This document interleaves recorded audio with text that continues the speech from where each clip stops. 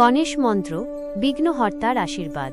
গণেশ হিন্দু ধর্মের সবচেয়ে জনপ্রিয় দেবতা। তিনি বিঘ্নহর্তা, বুদ্ধির দেবতা এবং নতুন সূচনার প্রতীক।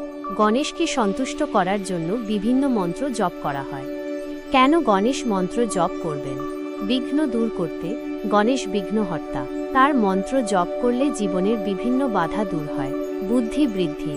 গণেশ বুদ্ধির দেবতা, তার মন্ত্র জপ করলে বুদ্ধি বৃদ্ধি পায় এবং জ্ঞান অর্জন সহজ হয়। সফলতা। গণেশ নতুন সূচনার দেবতা, তার আশীর্বাদে নতুন কাজে সফলতা আসে। শান্তি। গণেশের মন্ত্র জপ করলে মন শান্ত হয় এবং মানসিক চাপ কমে। কয়েকটি জনপ্রিয় গণেশ মন্ত্র। ওম গণ গণপতয়ে নমঃ।